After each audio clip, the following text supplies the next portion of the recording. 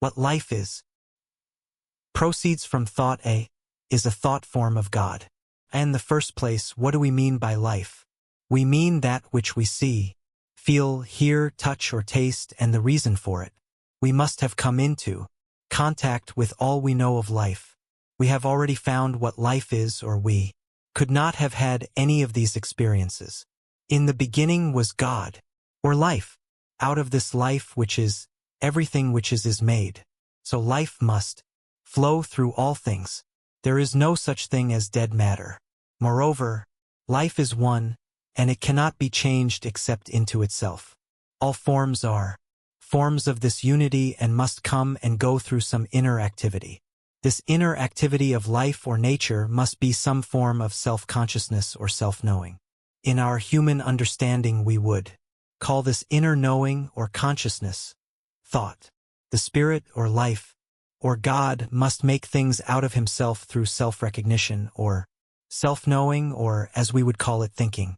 Since God is all there is, nothing to hinder him from doing what he wishes, and the question, how do things come into being, is answered. God makes them out of himself. God thinks or knows, and that thing which he thinks or knows appears from himself and is made out of himself. There is no other possible explanation for what we see, unless people are willing to begin.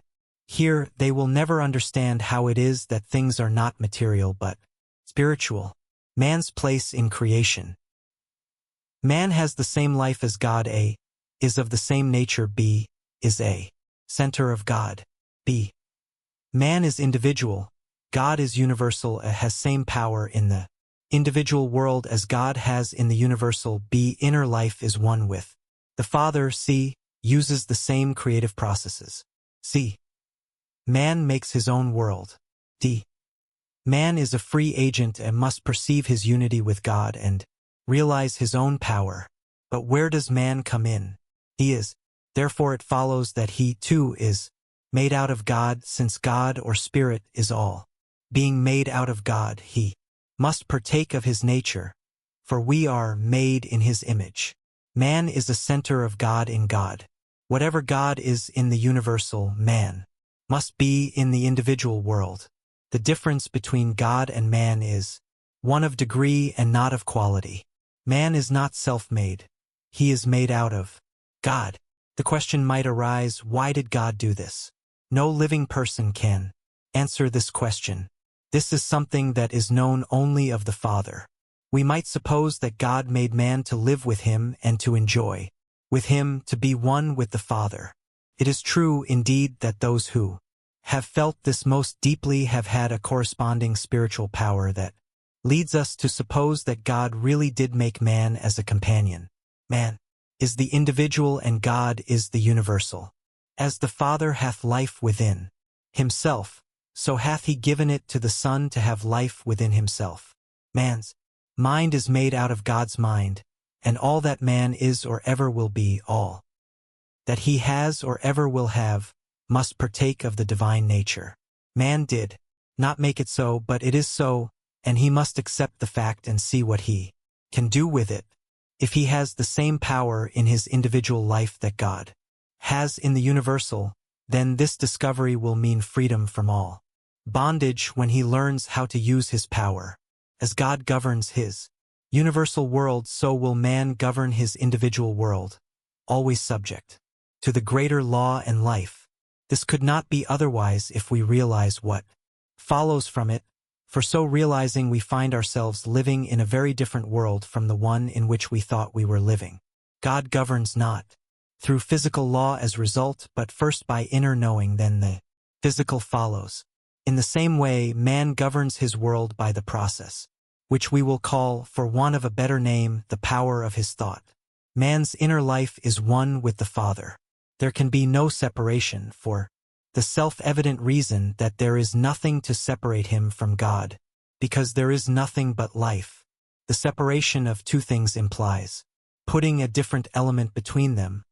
But as there is nothing different from God, the unity of God and man is firmly established forever. My Father and I are one is a simple statement of a great soul. who perceived life as it really is and not from the mere standpoint of outer conditions. Taking as the starting point that man has the same life as God, it follows that he uses the same creative process. Everything is one, comes from the same source and returns again to it. The things which are seen are not made of the things which do appear. What we see comes from what we do not see. This is the explanation of the whole visible universe, and is the only possible explanation. As God's thought makes worlds and peoples them with all living things, so does our thought make our world and peoples it with all the experiences we have had. By the activity of our thought, things come into our life, and we are limited because we have not known the truth. We have thought that outside things controlled us when all the time we have had that within which could have changed everything and given us freedom from bondage. The question, then, naturally arises, why did God create man and make him a free agent? If God had created us in such a way as to compel us to do or to be anything that was not of our choosing, we should not have been individuals at all, we should be automatons. Since we know that we are individuals, we know that God made us thus, and we are just discovering the reason why. Let any man wake up to this, the greatest truth in all ages, and he will find it will answer all questions. He will be satisfied that things are what they are. He will perceive that he may use his own God-given power so to work, to think, and to live that he will in no way hinder the greater law from operating through him. According to the clearness of his perception and the greatness of his realization of this power will he provide within himself a starting point through which God may operate. There will no longer be a sense of separation, but in its place will come that divine assurance that he is one with God, and thus will he find his freedom from all suffering, whether it be of body, mind, or estate, the beginning of understanding. Know that all is governed by law, a. That freedom is within the law. B. Must conform to law. C. That law is mental and spiritual. D. That law is the gift of love. Man is beginning to realize that he has life within himself as the great gift of God to him. If he really has life, if it is the same nature as the life of God, if he is an individual and has the right of self-choice which constitutes individuality, then it follows that he can do with his life what the wants to do. He can make out of himself that which he wishes. Freedom is his, but this freedom is within law and never outside it. Man must obey law. If he disobeys it, it has to act as law, and so acting has to punish him. This he cannot change but must submit to. Freedom comes to the individual from understanding the laws of his own life and conforming to them, thereby subjecting them to his use, to the end of health, happiness, and success. Law obtains throughout all nature, governing all things, both the seen and the unseen. Law is not physical or material but mental and spiritual. Law is God's method of operation. We should think of God as the great Spirit whose sole impulse is love, freely giving of himself to all who ask, and refusing none. God is our Father in every sense of the term, watching over, caring for, and loving all alike. While all is love, yet, in order that things may not be chaotic, all is governed by law. And as far as you and I are concerned, this law is always mental. Our conditions governed by our thinking. A. Thought manifests itself A. on the body, B. on conditions. B. Cause is behind every effect. You, the cause back of your conditions. C. Ignorance of law no excuse. D. Karma. E. Thought is the pattern. Mind the builder. A. To know is to be free. It is easy for the average person to see how it is that mind can control, and to a certain extent govern, the functions of the body. Some can go even further than this and see that the body is governed entirely by consciousness. This they can see without much difficulty, but it is not so easy for them to see how it is that thought governs their conditions and decides whether they are to be successes or failures. Here we will stop to ask the question: if our conditions are not controlled By thought, by what then are they controlled? Some will say that conditions are controlled by circumstances. But what are circumstances? Are they cause or are they effect? Of course they are always effect. Everything that we see is an effect.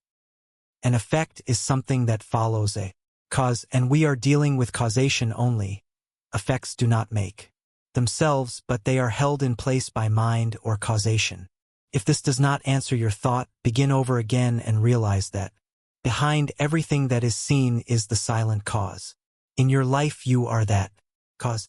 There is nothing but mind, and nothing moves except as mind moves it. We have agreed that, while God is love, yet your life is governed absolutely by mind or law. In our lives of conditions we are the cause, and nothing moves except as our mind moves it. The activity of our mind is thought. We are always acting because we are always thinking. At all times we are either drawing things to us or we are pushing them away from us. In the ordinary individual this process goes on without his ever knowing it consciously, but ignorance of the law will excuse no one from its effects. What? Someone will say, do you think that I thought failure or wanted to fail? Of course not. You would be foolish to think that. But according to the law which we cannot deny, you must have thought things that would produce failure. Perhaps you thought that failure might come, or in some other way you gave it entrance to your mind. Thinking back over the reason for things, you will find that you are surrounded by a mind or law that casts back at the thinker manifested everything that he thinks. If this were not true, man would not be an individual. Individuality can mean only the ability to think what we want to think. If that thought is to have power in our lives, then there has to be something that will manifest it. Some are limited and bound by law through ignorance. This law is sometimes called karma. It is the law that binds the ignorant and gives freedom to the wise. We live in mind, and it can return to us only what we think into it. No matter what we may do, law will always obtain. If we are thinking of ourselves as poor and needy, then mind has no choice but to return what we have thought into it. At first this may be hard to realize, but the truth will reveal to the seeker that law could act in no other way. Whatever we think is the pattern, and mind is the builder. Jesus, realizing this law, said, "It is done unto you even as you have believed." Shall we doubt but that this great way shower knew what he was talking about? Did he not say, "It is done unto you"? What a wonderful thought. It is done unto you. Nothing to worry about. It is done unto you. With a tremendous grasp of the power of true spiritual thought, Jesus even called forth bread from the ethers of life, and at no time did he ever fail to demonstrate that when one knows the truth, he is freed by that knowledge. Unconscious creation. The creative process is constantly going on, whether consciously set in motion or unconsciously. B. An example of unconscious creation. C. Control necessary. D. Creation is first spiritual, then mental. The author once attended a patient who was suffering from a large growth. She was operated on, and about 50 pounds of water were removed. In a few days the growth had returned. Where did it come from? Not from eating or drinking. Neither did it move from one part of the body to another part, as that would not have increased her weight. Must have been created from elements which she took in from the air. Had to come from something not physically seen, something appearing from nothing that we see. What we call creation is the same thing, the visible appearing from the invisible.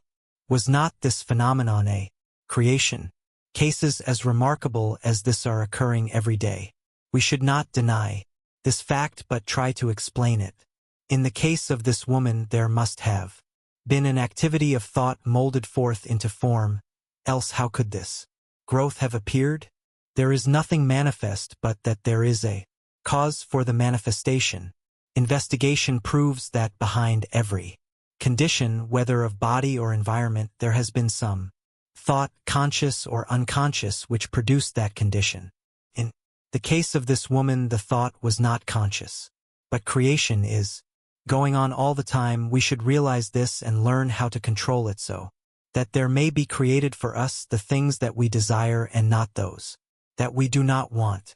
Is it any wonder that the Bible says, "With all thy get understanding"? Jesus understood all this, and so it was no more effort for him to do what he did than it is for us to breathe or to digest our food. He understood, that is all, because Jesus did understand and did use these great laws with objective consciousness. People thought he must be God. And when today something unusual occurs, people think that a miracle has been performed. Jesus was not God. He was the manifestation of God. And so are all people. I say that ye are gods, and every one of you sons of the Most High. A thinking person will be compelled to admit, in view of all this, that creation is first spiritual through mental law, and then physical in its manifestation. Man does not really create. He uses creative power that already is. Relatively speaking, he is the creative power in his own life, and so far as his thought goes, there is something that goes with it that has the power to bring forth into manifestation the thing thought of. Hitherto men have used this creative power in ignorance and so have brought upon themselves all kinds of conditions, but today hundreds of thousands are beginning to use these great laws of their being in a conscious, constructive way. Herein lies the great secret of the new thought movements under their various names and cults and orders. All are using the same law, even though some deny to others the real revelation. We should get into an attitude of mind wherein we should recognize the truth wherever we may find it. The trouble with most of us is that unless we see sugar in a sugar bowl, we think it must be something else, and so we stick to our petty prejudices instead of looking after principles. First steps. Recognition of the universality of law. A. Makes no exceptions. B. Taking in and getting out. B. Thought atmosphere. A. Is the result of our own thinking. B. Denotes success or failure. C. Attracts or repels. C. Negative thinking. A. Its products. D. Concerning unlimited supply. A. Is within our own control. B. May be received or rejected. C. Providing the avenue of receptivity. D. All desires, even though ignorantly made, are manifested. The first thing to realize is that since any thought manifests, it necessarily follows that all thought does the same, else how should we know that the particular thought we were thinking would be the one that would create? Mind must cast back all or none. Just as the creative power of the soil receives all seeds put into it, and at once begins to work upon them, so mind must receive all thought and at once begin to operate upon it. Thus we find that all thought has some power in our lives and over our conditions. We are making our environments by the creative power of our thought. God has created us thus, and we cannot escape it. By conforming our lives and thought to a greater understanding of law, we shall be able to bring into our experience just what we wish, letting go of all that we do not want to experience and taking in the things we desire. Every person is surrounded by a thought atmosphere. This mental atmosphere is the direct result of thought, which in its turn becomes the direct reason for the cause of that which comes into our lives. Through this power we are either attracting or repelling. Like attracts like, and we attract to us just what we are in mind. It is also true that we become attracted to something that is greater than our previous experience by first embodying the atmosphere of our desire. Every business, every place, every person, everything has a certain mental atmosphere of its own. This atmosphere decides what is to be drawn to it. For instance, you never saw a successful man who went around with an atmosphere of failure. Successful people think about success. A successful man is filled with that subtle something which permeates everything that he does, with an atmosphere of confidence and strength. In the presence of some people we feel as though nothing were too great to undertake. We are uplifted. We are inspired to do great things, to accomplish. We feel strong, steady, sure. What a power we feel. In the presence of big souls, strong men, noble women.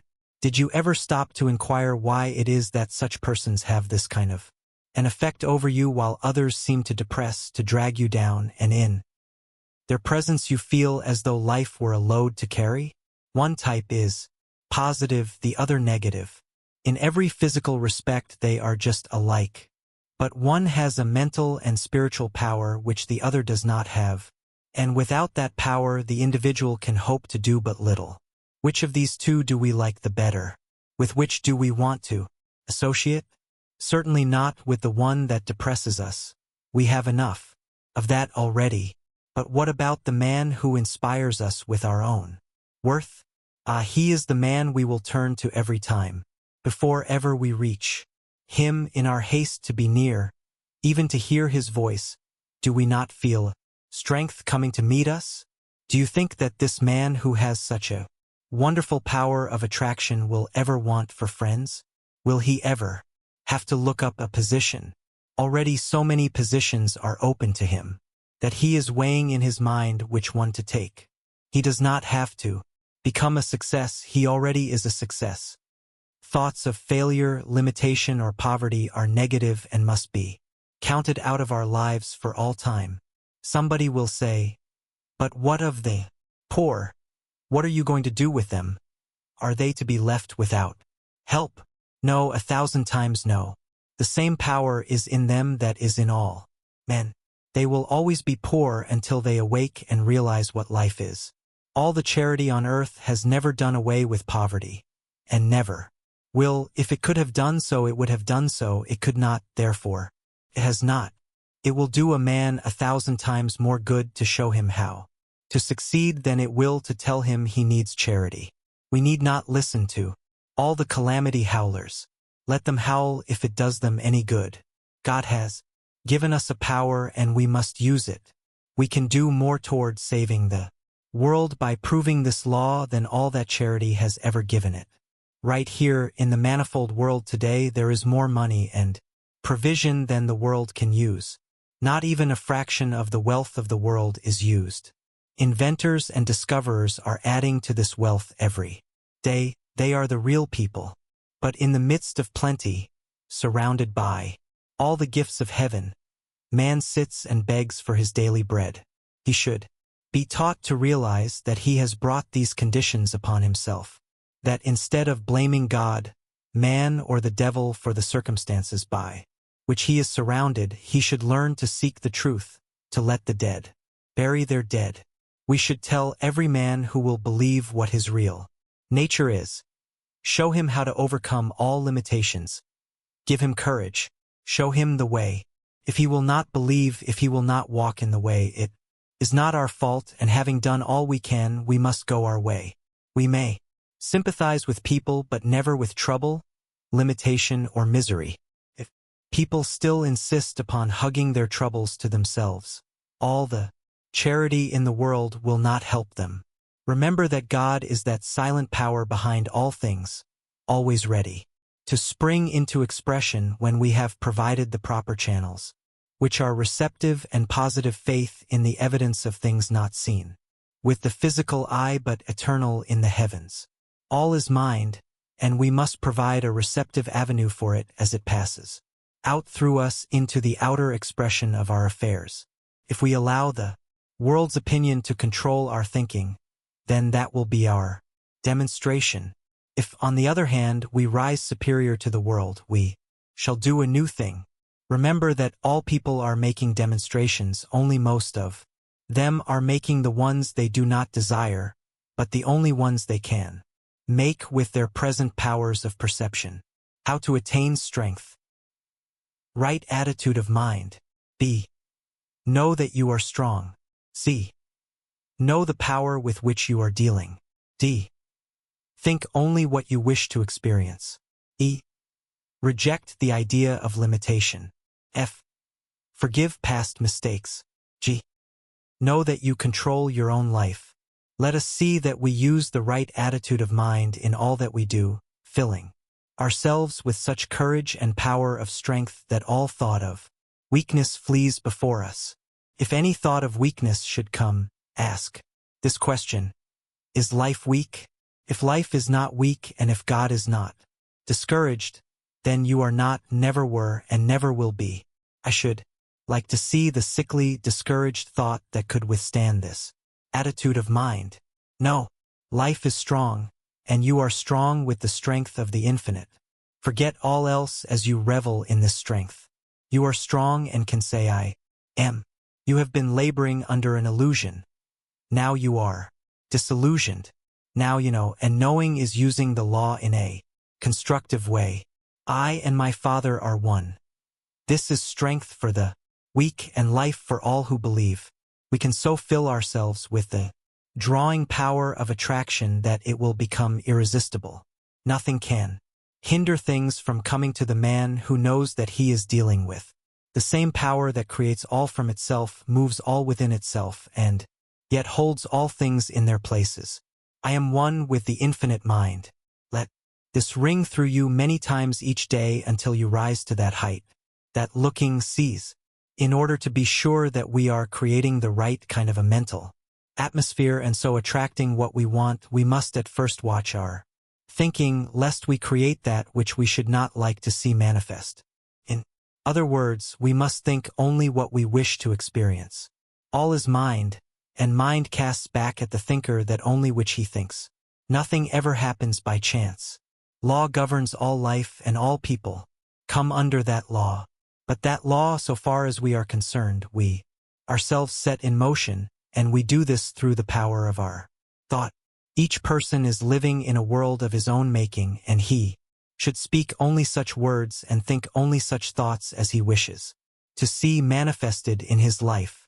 We must not hear, think, speak, read, or listen to limitation of any kind. There is no way under heaven whereby we can think two kinds of thought and get only one result. It is impossible, and the sooner we realize it, the sooner we shall arrive. This does not mean that we must be afraid to think lest we create the wrong image, but it does mean that the way most people think can produce nothing but failure. That is why so few succeed. The person who is to succeed will never let his mind dwell on past mistakes. He will forgive the past in his life and in the lives of other people. If he makes a mistake, he will at once forgive it. He will know that, so long as he desires any good, there is nowhere in the universe anything that opposes him. God does not damn anyone or anything. Man damns everyone and everything. God does not make things by comparing his power with some other power. God knows that when he speaks it done.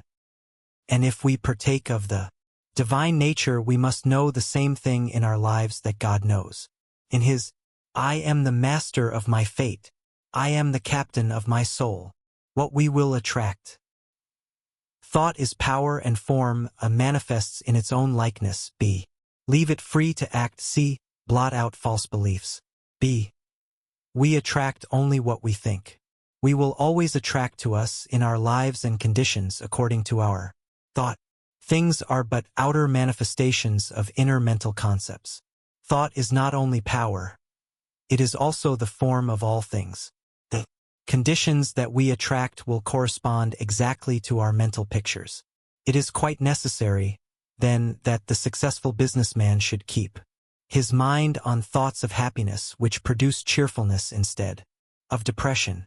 He should radiate joy and should be filled with faith, hope, and expectancy. These cheerful, hopeful attitudes of mind are indispensable to the one who really wants to do things in life. Put every negative thought out of your mind once and for all. Declare your freedom.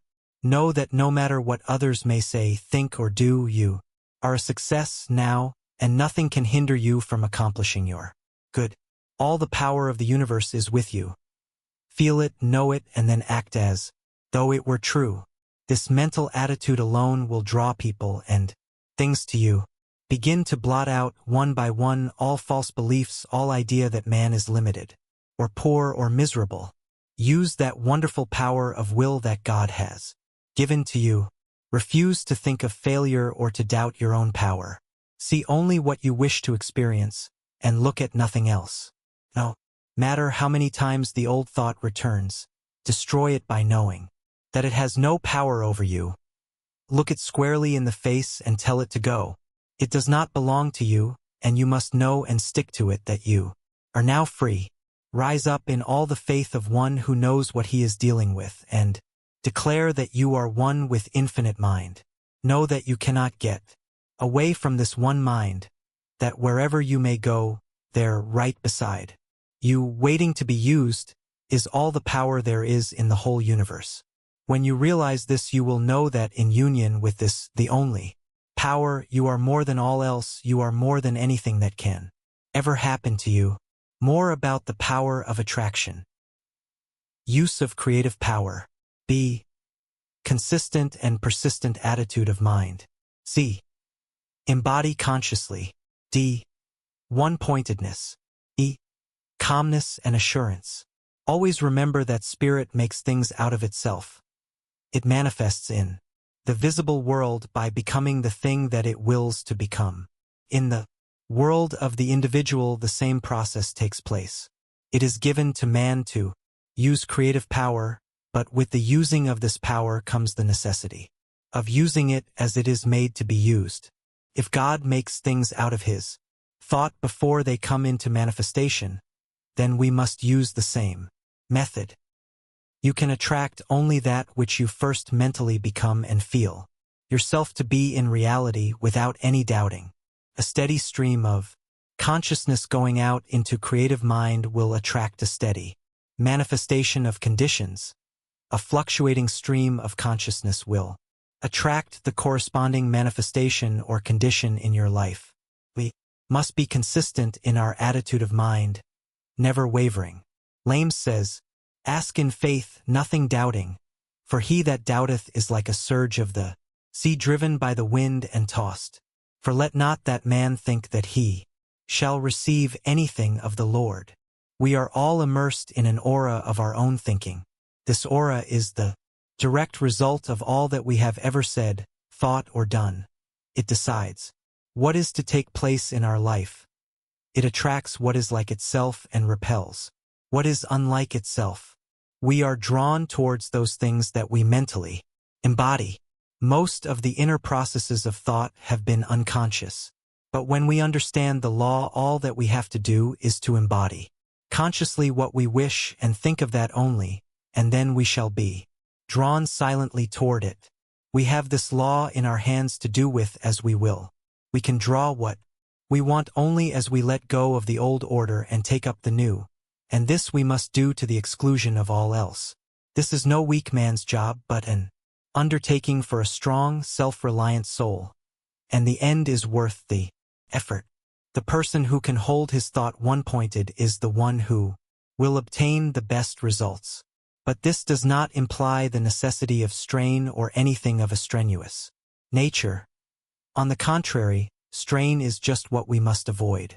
When we know that there is but one power, we shall not struggle, we shall know, and in calmness we shall see only what we know must be the truth.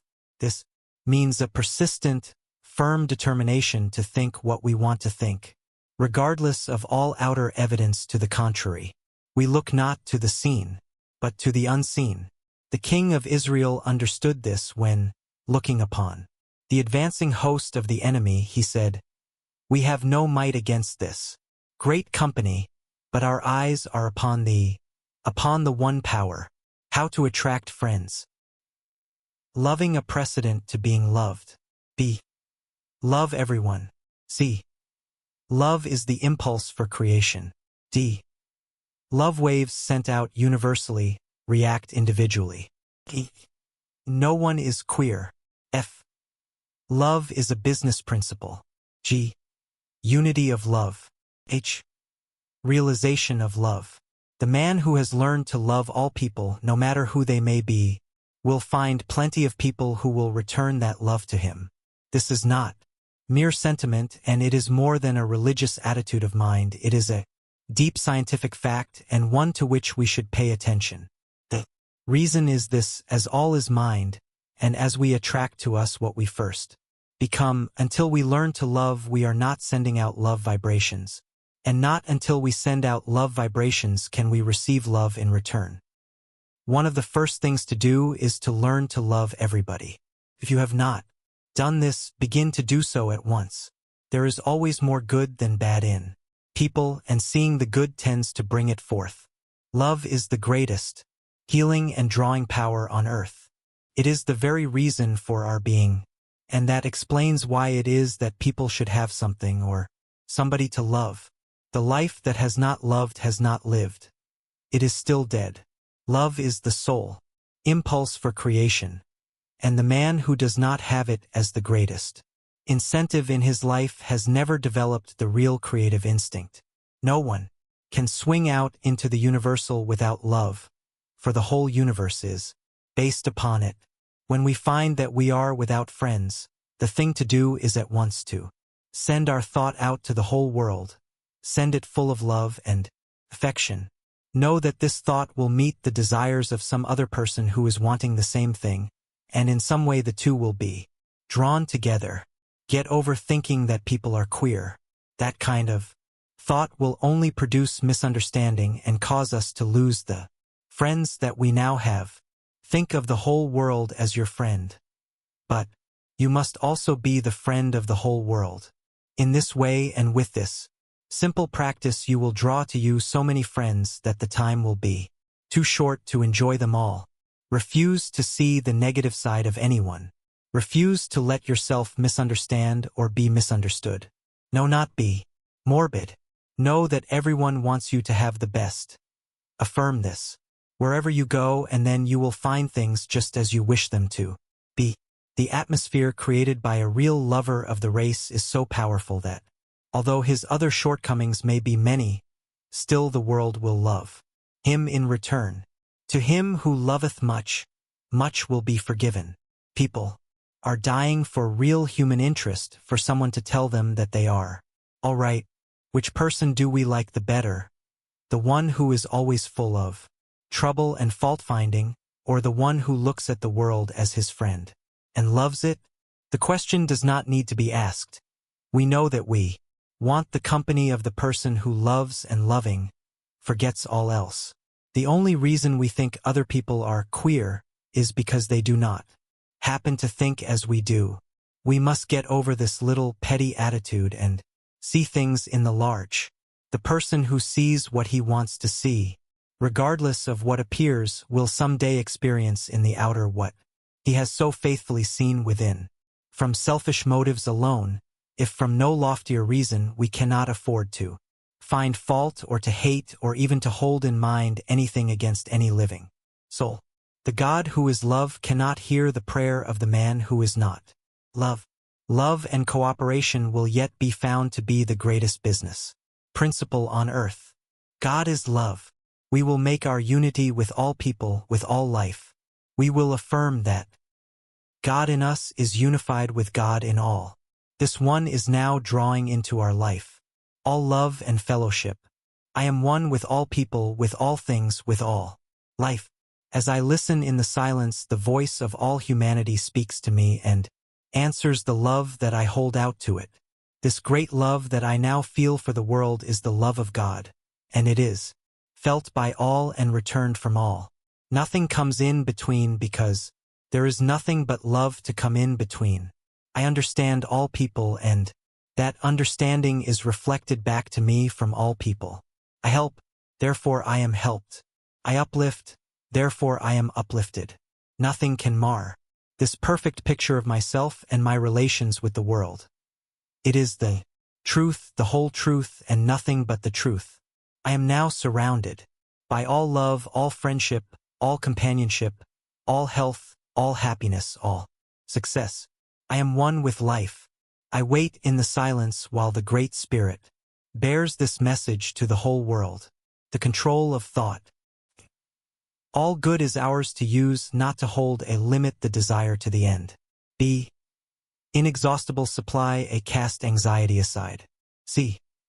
Our part, a believe, act. D.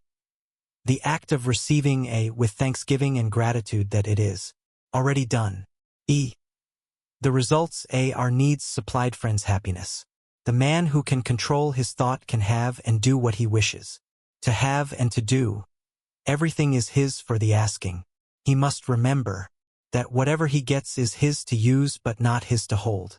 Creation is always flowing by and we have as much of it as we can take and use. More would cause stagnation. We are relieved of all thought of clinging to anybody or anything. Cannot the great principle of life create for us faster than we can spend or use? The universe is inexhaustible. It is limitless. It knows no bounds and has no confines. We are not depending on a reed shaken by the wind, but on the principle of life itself for all that we want, have, or ever shall have. It is not some power or a great power, we affirm again. It is all power. All that we have to do is to believe this and act as though it were so, never wavering, not even once, no matter what happens. As we do this, we shall find that things are steadily coming our way, and that they are coming without that awful effort that destroys the peace of the majority of the race. We know that there can be no failure in the divine mind, and this mind is the power on which we are depending. Now, just because we are depending upon divine mind, we must not think that we do not have to do our share. God will work through us if we will. Let him, but we must act in the outer as though we were sure of ourselves. Our part is to believe and then to act in faith. Jesus went to the tomb of Lazarus believing and knowing that God was working through him. Often we may have to go somewhere or do something, and we must know with deep conviction that there will be a power going with us that none can gainsay. When we feel this secure place in our thought, all that we will have to do is to act. There is no doubt but that the creative power of the universe will answer. It always does. And so we need not take the worry upon ourselves, but rather we will make known our requests with thanksgiving. When Jesus said, "All things whatsoever ye pray and ask for, believe that ye receive them and ye shall have them," he was uttering one of those many deep truths that were so clear to him and that we are just beginning to see. He knew that everything is made out of mind and that without that positive acceptance on the part of the individual there is no mold into which mind can pour itself forth into form. In the mind of God, there is the correct mold, the true knowing, but in the mind of man there is not always this true knowing. Since God can do for us only by doing through us, nothing can be done for us unless we are positively receptive, but when we realize the law and how it works, then we will provide that complete inner acceptance. By so doing, we permit the Spirit to do the work, to make the gift. The reason we can make our requests known with thanksgiving is because we know from the beginning that we are to receive, and therefore we cannot help being thankful. This grateful attitude to the Spirit puts us in very close touch with power and adds much to the reality of the thing that we are dealing with. Without it we can do but little. So let us cultivate all the gratitude that we can. In gratitude we will send our thoughts out into the world, and as it comes back it will come laden with the fruits of the Spirit, creating atmosphere. A. Speaking the word. A. Reaction to. B. Belief in. B. Thinking creatively. C. Speaking creatively.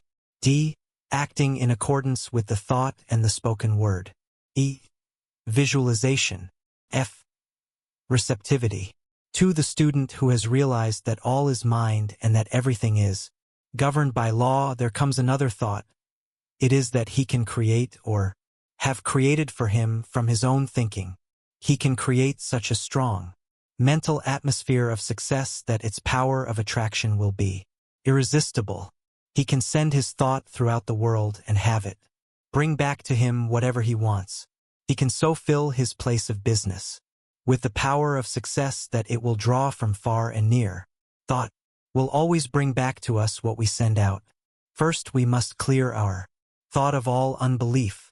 This book is written for those who believe, and to those who do believe it will come true in their lives. Without mental clearness on the part of the thinker, there can be no real creative work done. As water will reach only its own level, so mind will return to us only what we first believe. We are always getting what we believe, but not always what we want. Thought has the power to reach in the outer form of conditions an exact correspondence to our inner convictions. By thinking, you set in motion a power that creates. It will be exactly as you think. You throw out into mind an idea, and mind creates it for you, and sets it on the path of your life. Think of it, then, as your greatest friend. It is always with you wherever you may be. It never deserts you. You are never alone. There is no doubt, no fear, no wondering, You are going to use the only power that there is in the universe. You are going to use it for a definite purpose. You have already fixed this purpose in your thought. Now you are going to speak it forth. You are speaking it for your own good. You desire only the good, and you know that only the good can come to you. You have made your unity with life, and now life is going to help you in your affairs. You are going to establish in your rooms such an atmosphere of success that it will become an irresistible power. It will sweep everything before it as it realizes the greatness and the almightiness of the One. You are so sure that you will not even look to see if it is going to happen, And now your word, which is one with the infinite life, is to be spoken in calm, perfect trust. It is to be taken up, and at once it is to be operated. Perfect is the pattern, and perfect will be the result. You see yourself surrounded by the thing that you desire. More than this, you are the thing that you desire. Your word is now establishing it forever. See this, feel it, know it. You are now encompassed by perfect life, by infinite activity, by all power, by all guidance. The power of the Spirit is drawing to you all people. It is supplying you with all good. It is filling you with all life, truth, and love. Wait in perfect silence while that inner power takes it up. And then you know that it is done unto you. There goes forth from this word the power of the infinite. The words which I speak, they are spirit and they are life. The power of words. Intensity of the thought. A. All words have power. B. The word is within. B. Man is united with the infinite and speaks through it. Man's word, spoken forth into creative mind, is endowed with power of expression. By our words we are justified, and by our words we are condemned. Our word has the exact amount of power that we put into. This does not mean power through effort or strain, but power through absolute conviction or faith. It is like a little messenger who knows what he is doing and knows just how to do it. We speak into our words the intelligence which we are, and backed by that greater intelligence of the universal mind, our word becomes a law unto the thing for which it is spoken. Jesus understood this far better than we do. Indeed, he absolutely believed it, for he said, "Heaven and earth shall pass away, but my words shall not pass away till all be fulfilled." This makes our word inseparable from absolute intelligence and power. Now, if any word has power, it must follow that all words have power. Some words may have a greater power than others, according to our conviction, but all words have some power. How careful, then, we should be what kind of words we are speaking. All this goes to prove that we really are one with the infinite mind, and that our words have the power of life within them, that the word is always with us and never far off. The word is within our own mouth. Every time we speak, we are using power. We are one in mind with the whole universe. We are all eternally united in this mind with real power. It is our own fault if we do not use this truth after we see it. We should feel ourselves surrounded by this mind, this great pulsating life, this all-seeing and all-knowing reality. When we do feel this near presence, this great power and life, then all we have to do is to speak forth into it. Speak with all the positive conviction of the soul that has found its source, and above all else never fear but that it will be done unto us even as we have believed. What wonderful power, What a newness of life and of power of expression is waiting for those who really believe. What may the race not attain to when men wake up to the real facts of being? As yet the race has not begun to live, but the time is drawing near. Already thousands are using this great power, and thousands are eagerly watching and waiting for the new day. Why belief is necessary? It provides the mold. B. Thought molds into whatever form we desire. A. Ignorance causes misuse. B. Success thoughts. C. Makes thought one-pointed. Always when we pray we must believe. Our idea of prayer is not so much asking God for things as it is believing that we already have the things that we need. As we have said before, this already believing is necessary because all is mind, and until we have provided that full acceptance, we have not made a mold into which mind could pour itself, and through which it could manifest. This positive belief is absolutely essential to real creative work, and if we do not at present have it, then we must develop it. All is law, and cause and effect obtain through all life. Mind is cause, and what we term matter or the visible is effect. As water will freeze into the form that it is poured, so mind will solidify only into the forms that are. Thought takes. Thought is form. The individual provides the form. He never creates or even manifests, that is, of himself. There is something that does all this for him. His soul. Activity is the use of this power. This power is always at hand, ready to be spoken into and at once ready to form the words into visible expression. But the mold that most of us provide is a very poor one, and we change it so quickly that it is more like a motion picture than anything else. Already we have the power.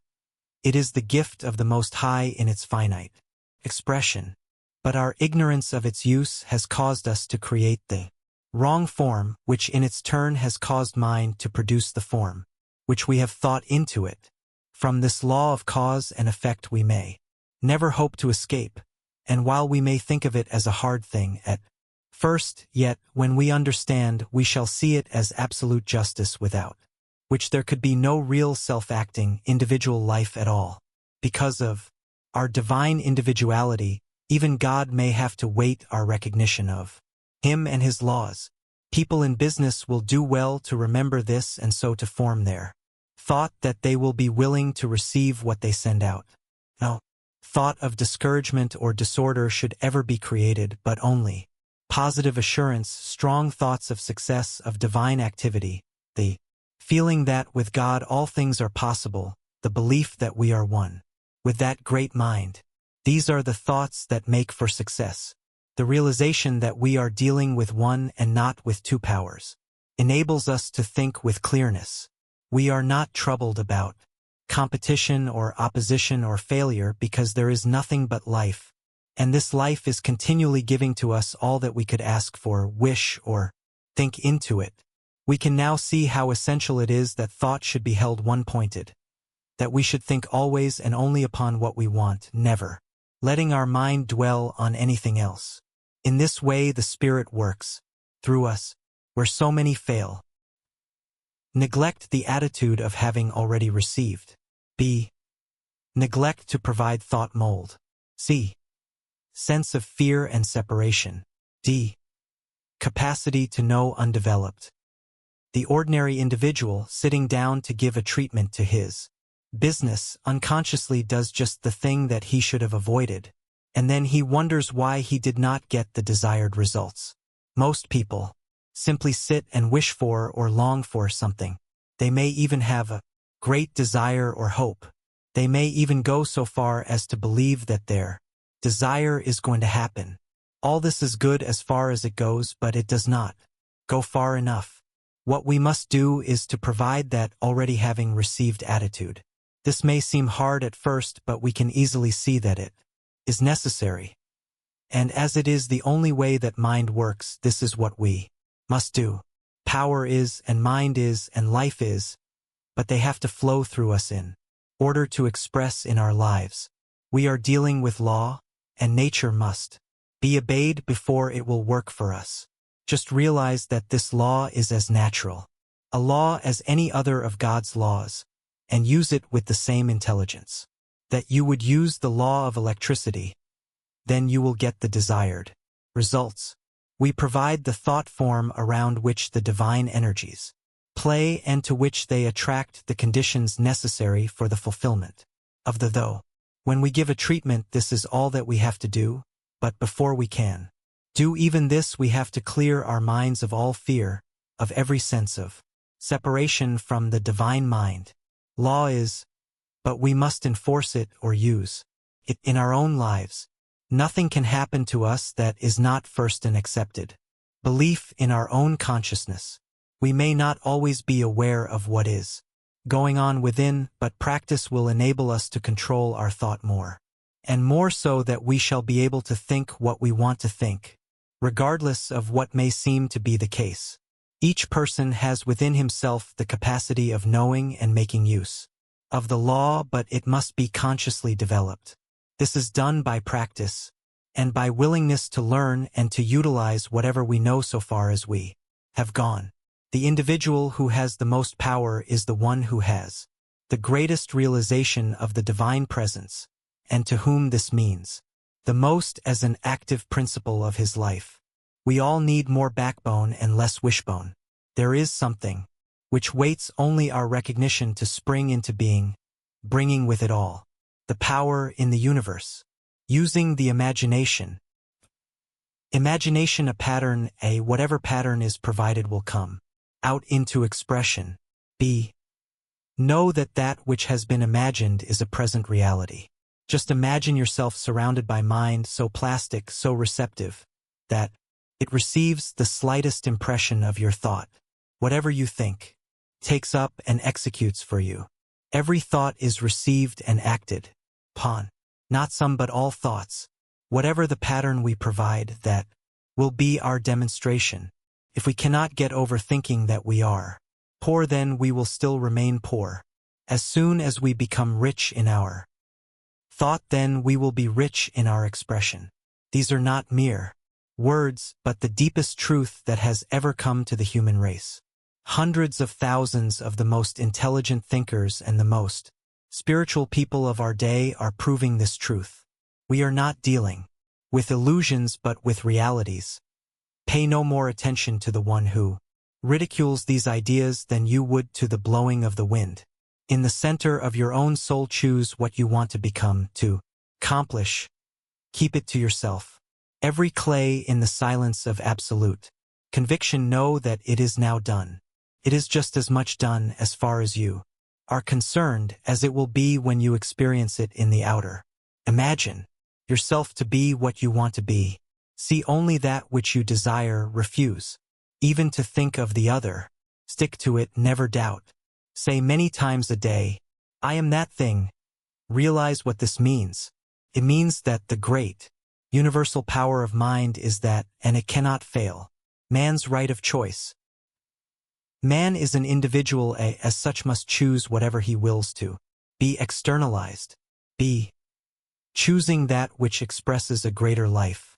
Man is created an individual, and as such he has the power of choice. Many people seem to think that man should not choose, that since he has asked the Spirit to lead him, he need no longer act or choose. This is taught by many teachers but is not consistent with our individuality. Unless we had this privilege, this power of choice, we would not be individuals. What we do need to learn is that the Spirit can choose through us. But when this happens, it is an act on our part. Even though we say, I will not choose, we are still choosing because we are choosing not to choose. We cannot escape the fact that we are made in such a way that at every step life is a constant choice.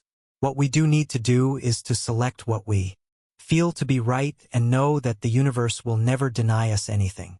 We choose and mind creates. We should endeavor to choose that which will express always a greater life, and we must remember that the Spirit is always seeking to express love and beauty through us.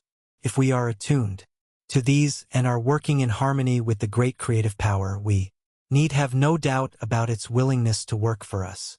We must know exactly what it is that we wish and get the perfect mental picture of it. We must believe absolutely that we now have it and never do or say anything that denies it. Old age and opportunity. What age is? B. Example, inactivity of persons of advanced years. One of the besetting errors of people is a belief that they are too old to do things. This comes from a lack of understanding what life really is. Life is consciousness and not years. The man or woman who is 70 years old should be better able to demonstrate than the man who is only 20. He should have evolved a higher thought, and it is thought and not conditions that we are dealing with. Amelia Barr was 53 before she wrote a book. After that she wrote over 80, all of which had a large circulation. Mary Baker Eddy was 60 before she began her work, and she attended to all of her great activities until she passed from this plane to a higher one. The author of this book once took a man who was over 60, one who thought his chance for success had gone, and through teaching him these principles, in a year's time made him a prosperous businessman. He is now doing well and was never before in his life so happy. The last time he was interviewed, he said that business was increasing every day and that he had not begun yet. Every day he stands in his store and claims more activity. He speaks the word and realizes increase all the time. If this were not true, then life would not be worth the living. What is a few years? In eternity, we must get over these false notions about age and competition. In the truth, the word competition is never mentioned. The people who think about it have never known the truth. Life is what we make it from within and never from without. We are just as old as we think we are, no matter what the number of years may have been that we have lived on this planet. Demonstrating success in business. Use of principles creating conditions. B. How to externalize inner thought activity. C. An illustration of a success treatment in business. D.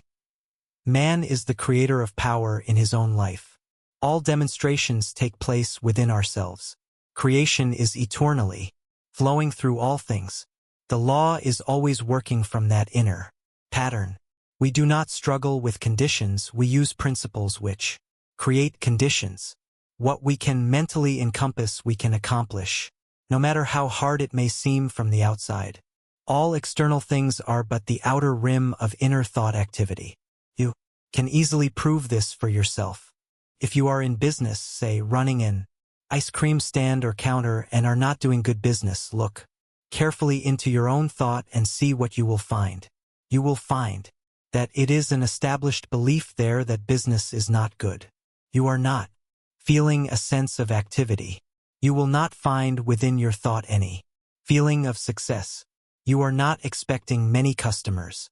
Now suppose someone comes along and says to you, "What is the matter? Why are you not doing more business?" This is about what the answer would be. People don't seem to want what I have to sell. Or perhaps something like this. I am too old to compete with modern methods. Or even, well, times are hard. All this is negative thought. Now this man to whom you are talking does not believe a word you have said. He knows that causation is in mind and not in matter, and he says, the whole thing is in your own mind. The trouble with you is that you don't feel that you are a success. Perhaps you have heard something of this before. If so, you will ask him what he means, or perhaps you think he is talking about something peculiar. But we are taking it for granted that you are so anxious to do something to make your business a success that you will be willing to try anything, so you ask him to explain. He begins by telling you all is mind. Nothing moves but mind moves it, and that you are a center in this mind. You do not understand how this relates in any way to your business, but he goes on to say that your thought decides whether your business shall be a success or a failure. Here you become indignant and ask if he means to tell you that you want to fail. Of course he knows you do not, and he explains that while you wish success, you are thinking failure, fearing it, and that there is a law that makes your thought never asking questions but at once sets about its fulfillment. You become interested and ask how this can be. In return you are asked this question: how did anything come into being? This sets you to thinking, and of course you realize that there was a time when nothing existed but life. So whatever has come into being must have come from that life, for what we see must come from that which we do not see. You have to admit that. Then what you do not see must be the cause of everything, and you must also admit that, and that cause works by law. This you are compelled to admit. Then this law, being everywhere, must be in you. This is harder for you to see.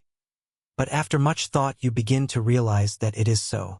Then you, without knowing where your thought processes were leading you, have conceded that you, yourself, are the reason for what happens in your life, be it success or failure.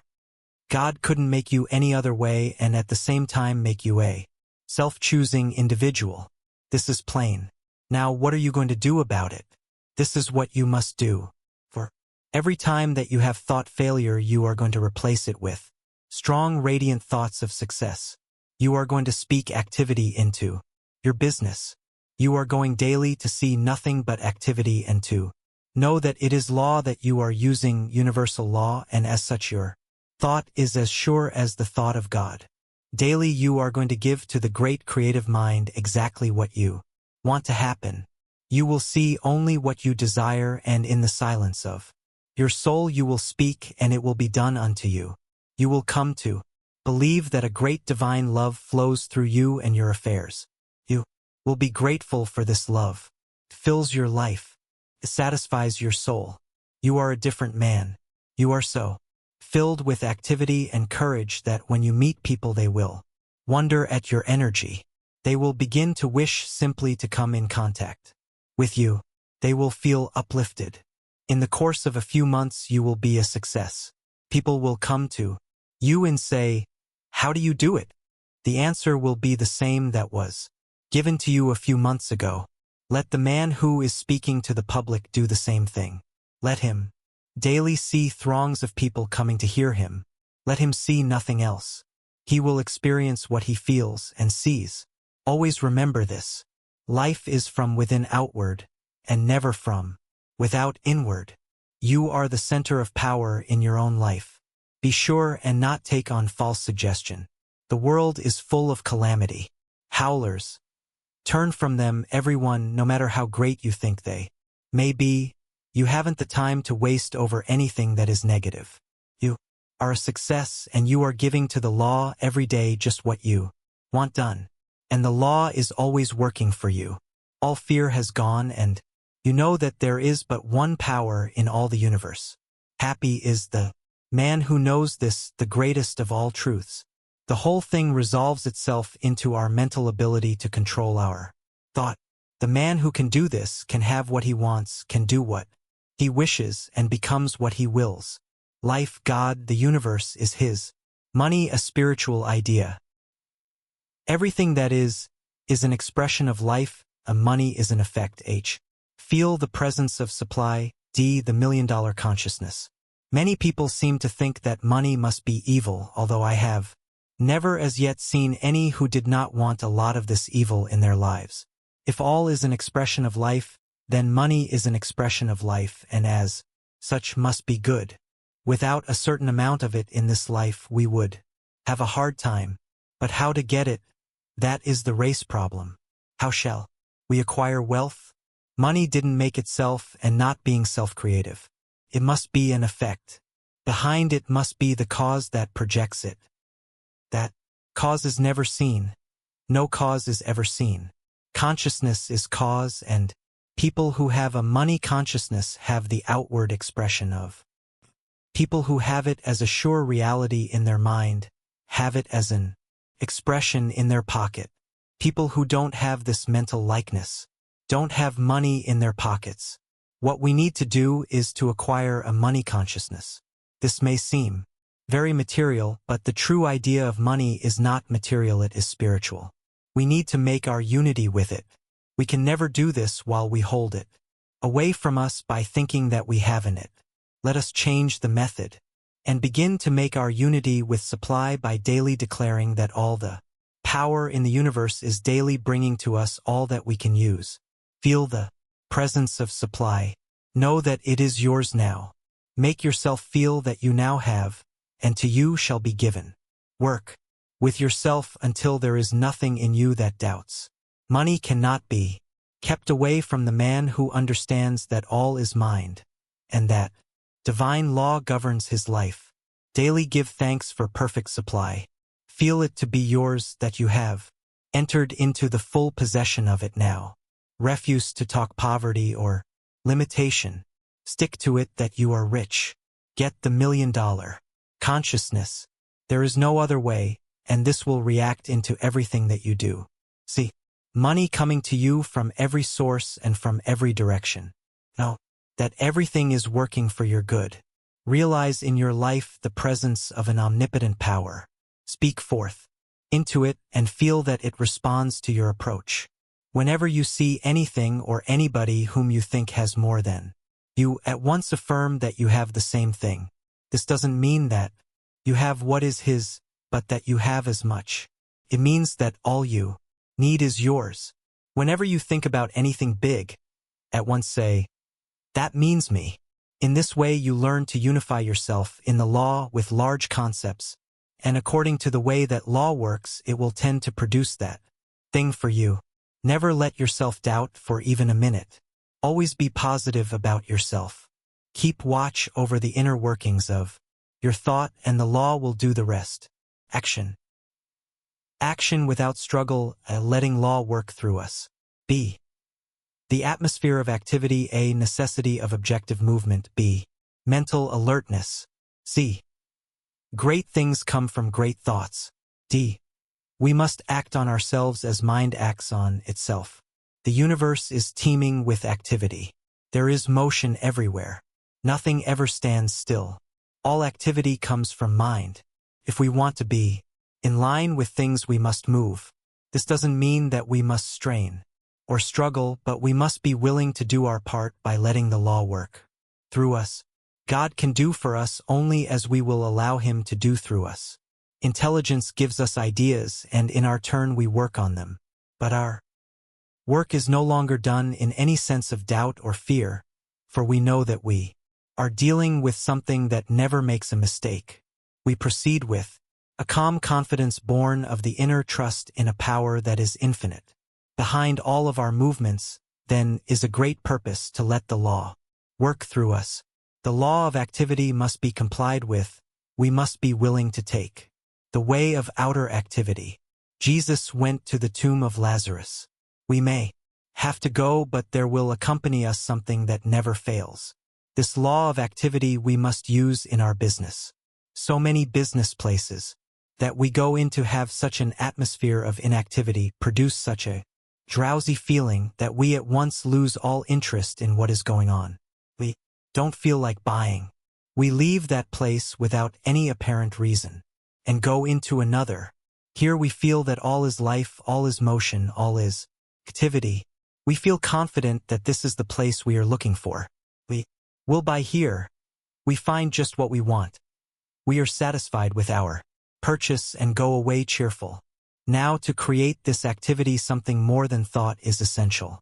Not that it does not come first, but the one who has this thought of activity will naturally manifest it in vigorous, energetic movement, which helps to produce a spirit of activity in his business and in everything he undertakes.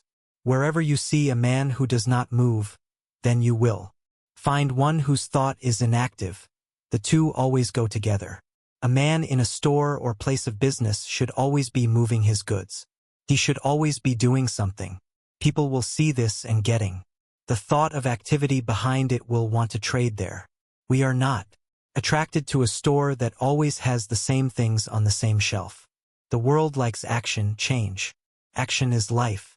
Let a clerk in a store think activity and begin to manifest it, even though he may not be waiting on customers, and in a short time he will be waiting on them. Alertness is the word. Always be alert. There must be mental alertness before there can be physical activity. Act as though things were happening even though they may not appear to be. Keep things moving and soon you will have to avoid the rush. Activity is genius.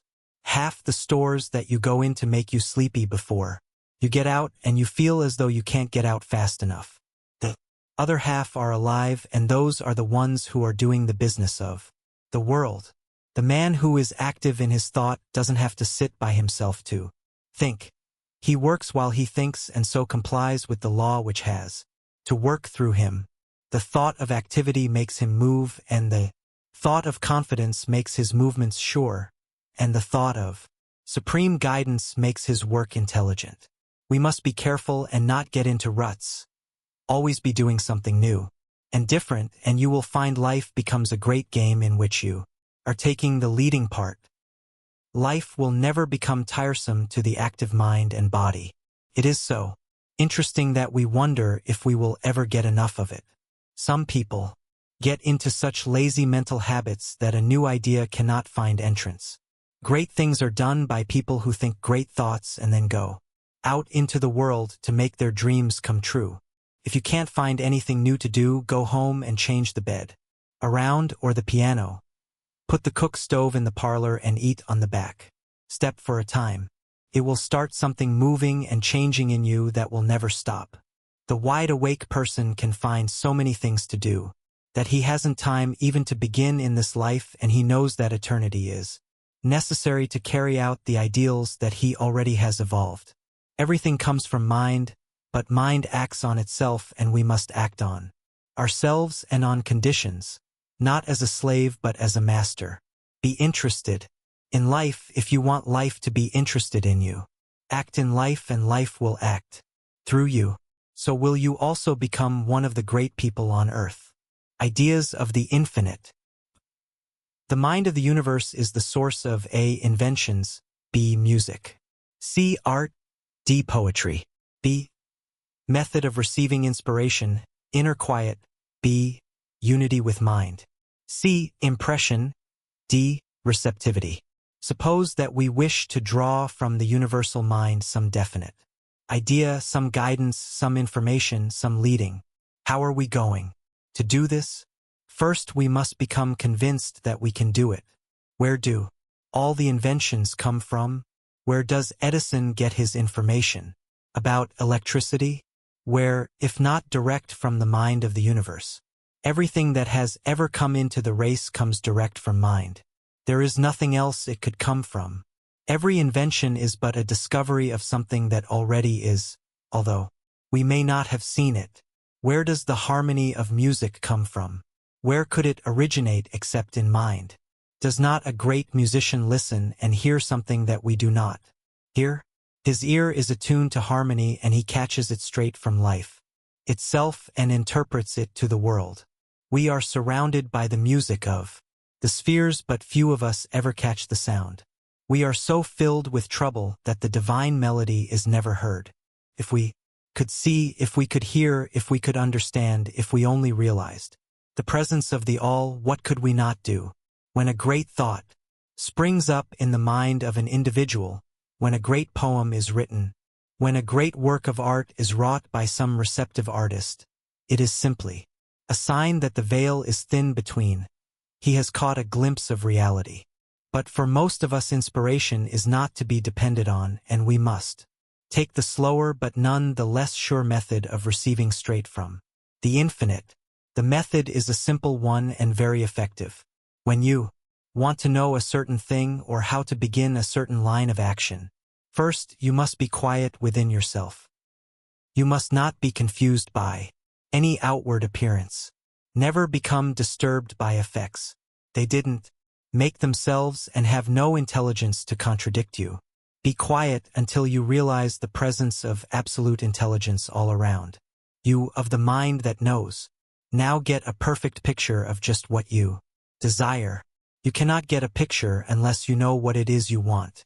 Put your mind in touch with universal mind, saying just what you are waiting for. Ask for it, believe that you are receiving it, and wait. After a few minutes declare that you now know, even though you may not seem to know, yet in the depths of consciousness you have received the impression. Give thanks that you now receive. Do this every day until You get some direction. It is sometimes a good thing to do this just before going to sleep. Never, after you have done this, deny the knowledge that has been given you. The time will come when some idea will begin to take form. Wait for it, and when it does appear, act upon it with all the conviction of one who is perfectly sure of himself. You have gotten understanding straight from the source of all understanding, knowledge from the source of knowledge.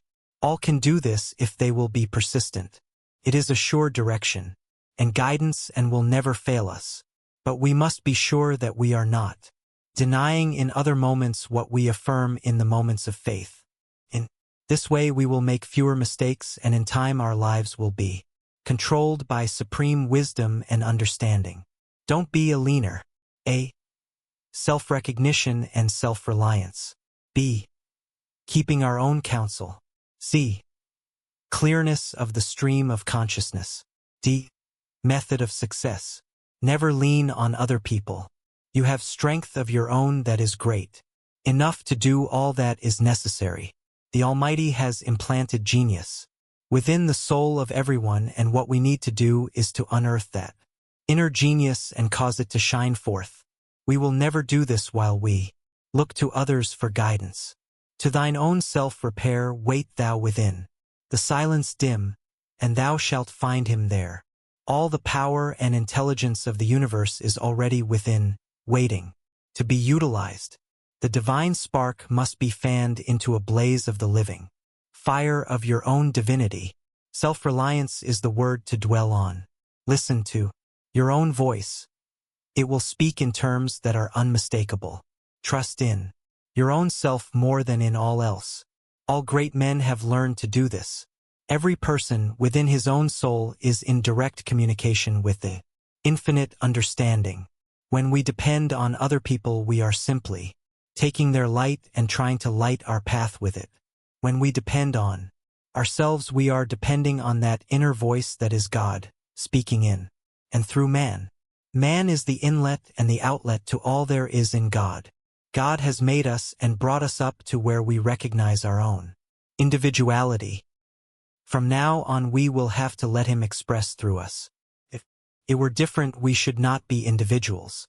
Behold, I stand at the door and wait. This is a statement of the near presence of power. But we, the individual, must open the door. This door is our thought, and we are the guardian of it. And when we do open the door, we will find that the divine presence is right at hand, waiting, ready and willing to do for us all that we can believe. We are strong with the strength of the infinite. We are not weak. We are great and not mean. We are one with the infinite mind. When you have a real thing to do, keep it to yourself. Don't talk about it. Just know in your own mind what it is that you want and keep still about it. Often when we think that we will do some big thing, we begin to talk about it. And the first thing we know, all the power seems to be gone. This is what happens. We are all sending out into mind a constant stream of thought. The clearer it is, the better will it manifest. If it becomes doubtful, it will not have so clear a manifestation. If it is confused, it will manifest only confusion. All this is according to the law of cause and effect, and we cannot change that law. Too often, when we tell our friends what we are going to do, they confuse our thought by laughing about it or by doubting our capacity to do so large a thing. Of course, this would not happen if we were always positive, but when we become the least bit negative, it will react and we will lose that power of clearness which is absolutely necessary to good creative work. When you want to do a big thing, get the mental pattern, make it perfect, know just what it means. Enlarge your thought, keep it to yourself, pass it over to the creative power behind all things, wait and listen, and when the impression comes, follow it with assurance. Don't talk to anyone about it. Never listen to negative talk or pay any attention to it, and you will succeed where all others fail. Causes and conditions. Causes originate from the unseen side of life. I. Thought, the motive. Power. B. Materials as conditions. B. God, the sole source of cause. C. Law is, but we must use it. D.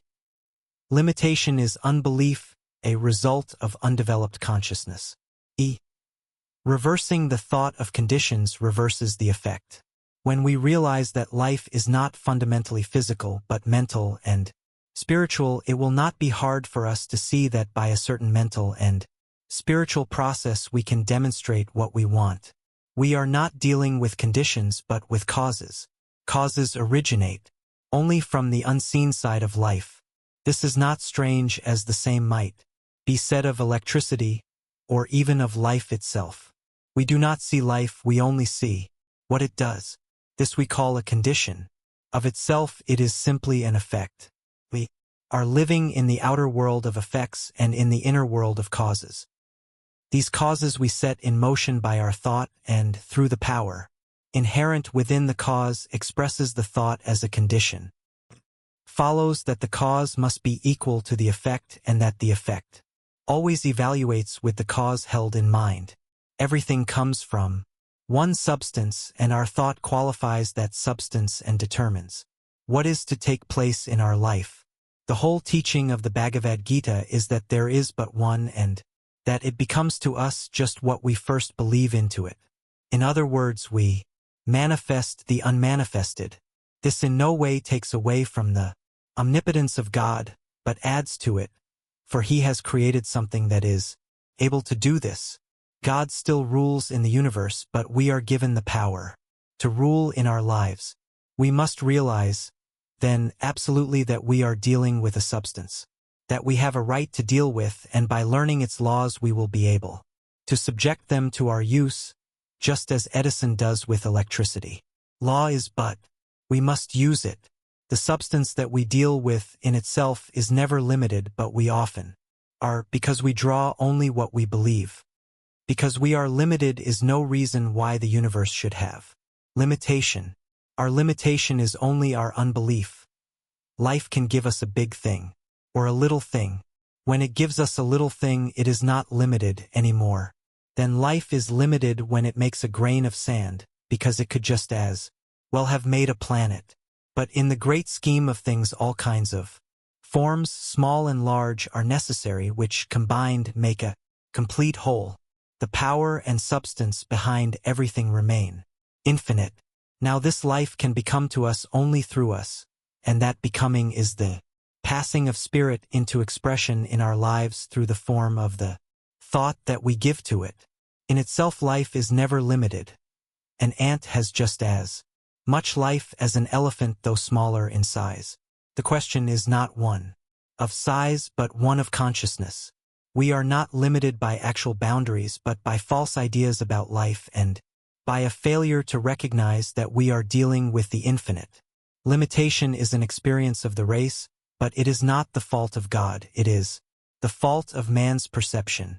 And to prove that this is so, let any man break the bonds of this false sense of life, and he at once begins to express less and less limitation.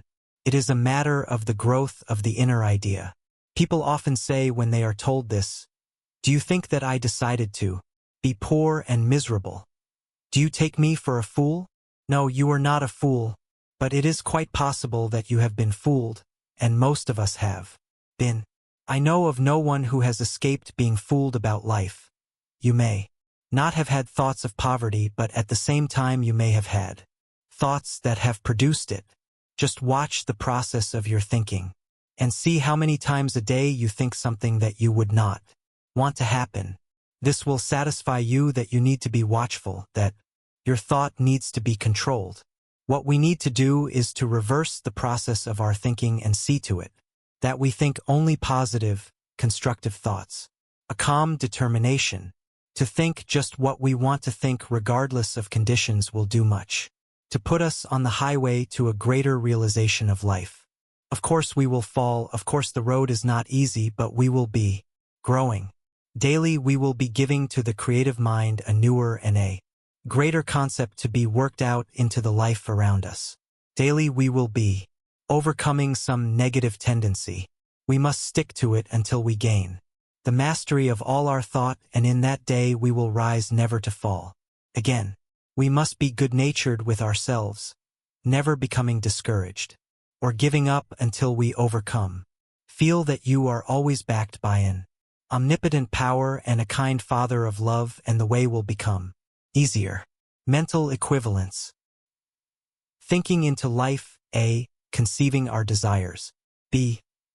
Law of correspondence. C. Level of consciousness. A. Inner realizations produce outer conditions. D. Eliminating the false. E. Method of realizing.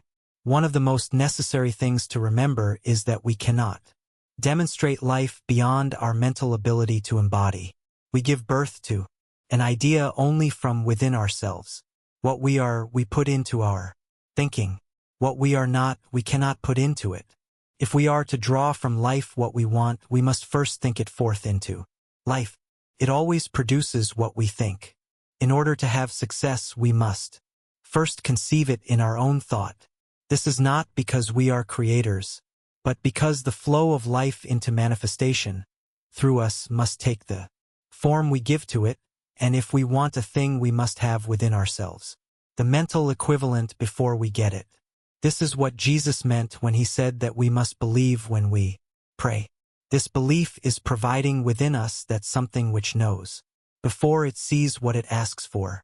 For instance, suppose a man is praying for activity. Our idea of prayer is the accepting of a thing before we get it, in his affairs. First, before this activity can come, he must have it within himself. He must come to see activity in everything. There must be something that corresponds to the thing that he wants. He must have a mental equivalent. We find that we attract to ourselves as much of anything as we embody within. As water will reach only its own level, so our outward conditions will reproduce only our inner realizations. A man will always draw to him just what he is, but we can learn to provide within the image of what we desire, and so in a definite way use the law to get just what we need. If at first we do not have a great realization of activity, we will have to work on what we do have, and as our outer conditions come up to meet the inner cause, we will find that it will be much easier to enlarge the inner receptivity for something greater and more worthwhile. Of one thing we may be assured: we must all start somewhere, and that somewhere is within ourselves. In this within, we must make the affirmation, and there, too, we must do the real work of realization. At the first the way may seem hard, for we are constantly confronted with that which seems to be, and we are not always sure of ourselves nor strong enough to overcome, but we may rest content in the assurance that we are growing. Every day we will be providing a bigger concept of life, and with the inner growth we will have an enlarged power to speak forth into the creative mind, with the result that we shall get a fresh impulse and be doing a bigger thing for ourselves. Growth and realization are always from within and never from without. The old race suggestion of fear and poverty and limitation must be done away with, and daily we must clear our thought from all that limits the one from showing forth in our life. Remember that you are dealing with one power and not with two. This will make it easier, for you do not have to overcome any condition, because conditions flow from within out and not from without in. A man going to a new town will at once begin to attract to him just what he brings in his thought. He should be very careful what he thinks. He should know just what he wants and daily give it over to the Supreme Mind, knowing that it will work for him. Old thoughts must be destroyed, and new must take their places. Every time the old thought comes, look it squarely in the face and declare that it has no part in your mind. It has no power over you. You state the law and rely on it to the exclusion of all else. Daily try to see more and to understand more. Feel every day that you are being especially looked after. There is no special creation for any individual, but we all specialize the law every time we think into it. For all our thought is taken up and something is always done with it. A good practice is to sit and realize that you are a center of divine attraction, that all things are coming to you, that the power within is going out and drawing back all that you will ever need. Don't argue about it, just do it, and when you have finished, leave it all to the law, knowing that it will be done. Declare that all life, all love and power are now in your life. Declare that you are now in the midst of plenty. Stick to it even though you may not as yet see the result. It will work, and those who believe the most always get the most. Think of the law as your friend, always looking out for your interest. Trust completely in it, and it will bring your good to you. One law and many manifestations. Law is immutable and impersonal. B. Personal responsibility. People often ask if the law will not bring harm as well as good. This question would never be asked if people understood what universal law really means. Of course, it will bring us what we think. All law will do the same thing. The law of electricity will either light our house or burn it down. We decide what we are to do with the law. Law is always impersonal. There is no likelihood of using the law for harmful purposes. If we always use it for the more complete expression of life, we must not use it for any purpose that we would not like to experience ourselves. This should answer all questions of that nature. Do I really want the thing I ask for? Am I willing to take for myself what I ask for? Other people? How can we use the law for evil if we desire only the good? We cannot, and we should not bother about it. We want only the good for ourselves and for the whole world. When we have started causation, at once the law will set to work carrying out our plans. Never distrust the law and become afraid lest you misuse it. That is a great mistake. All law is impersonal and cares not who uses it. It will bring to all just what is already in their thought. No person can long use it in a destructive way, for it will destroy himself if he persists in doing wrong. We have no responsibility for anyone except ourselves. Get over all idea that you must save the world. We have all tried and have all failed. We may, by demonstrating in our own lives, prove that the law really exists as the great power behind all things. This is all that we can do. Everyone must do the same thing for himself. Let the dead bury their dead, and see that you live. In this you are not selfish but are simply proving that law governs your life. All can do the same when they come to believe, and none until they believe, transcending previous conditions. Are we bound by karma? A changing causes changes the conditions. B. Law of cause and effect is not broken but is reversed. C. Instead of limiting and punishing, it frees and blesses. What if at times we attract something that we do not want? What about all the things that we have already attracted into our lives? Must we still suffer until the last farthing be paid? Are we bound by karma? Yes, in a certain degree we are bound by what we have done. It is impossible to set law in motion and not have it produce. What we sow we must also reap. Of that there is no doubt. But here is something to think about. The Bible also says that if a man repents, his sins are blotted out and remembered no more forever. Here we have two statements which at first seem not to agree. The first says that we must suffer from what we have done, and the second that under certain conditions we will not have to suffer. What are those conditions? A changed attitude toward the law. It means that we must stop thinking and acting in the wrong way.